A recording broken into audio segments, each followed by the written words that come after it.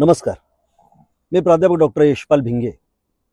काँग्रेस पक्षानं माझ्यावरती ओबीसी विभागाच्या प्रदेशाध्यक्षपदाची जबाबदारी सोपवलेली आहे. याकरिता मी आमच्या आदरणीय नेत्या सोनियाजी गांधी, आमचे जननायक राहुलजी गांधी, खासदार प्रियंका गांधी, आमचे राष्ट्रीय अध्यक्ष मल्लिकार्जुन खरगेजी, आमचे खासदार के.सी. वेणुगोपालजी, आमचे प्रदेशाचे प्रभारी रमेशजी चन्नीथलाजी, आमचे प्रदेशाध्यक्ष हर्षवर्धन दादा सपकाळजी आणि आमच्या आदरणीय नेत्या खासदार रजनीताई पाटील आणि आमचे गटनेते ओबीसीचे नेते विजयभाऊ वडेट्टीवारजी, या सगळ्यांचे आभार व्यक्त करतोच.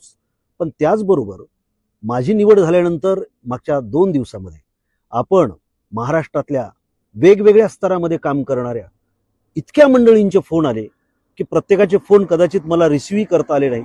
अनेकांनी माझे सत्कारही केले, अनेकांनी SMS पाठवले, माझ्याबद्दलच्या भावना व्यक्त केल्या.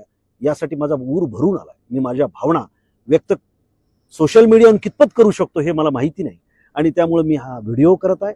माझ्यासारख्या ग्रामीण भागातून आलेल्या कुठलीही राजकीय पार्श्वभूमी नसणाऱ्या एखाद्या व्यक्तीला काँग्रेस पक्षानं महाराष्ट्रातला फुले शाहू आंबेडकरांचा जो क्रांतिकारी विचार आहे, समाज परिवर्तनाचा विचार आहे, तो पुढे घेऊन जाण्याचा आणि समाजामध्ये उत्कृष्ट निर्माण करणाऱ्या ज्या काही धर्मांध शक्ती या महाराष्ट्रामध्ये हैदोस घालीत आहेत त्यांना रोखण्याच्या कामासाठी एक शिलेदार म्हणून माझी निवड केली. याचा मला सार्थ अभिमान आहे आणि येणाऱ्या कालखंडामध्ये निश्चितपणानं मी माझी कामगिरी चोखपणानं बजावेन आणि आपल्या महाराष्ट्राला या दिशेनं घेऊन जाण्याचा प्रयत्न करेन.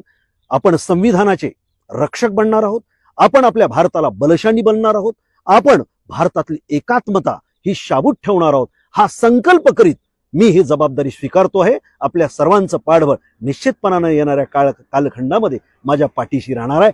धन्यवाद. जय हिंद, जय महाराष्ट्र.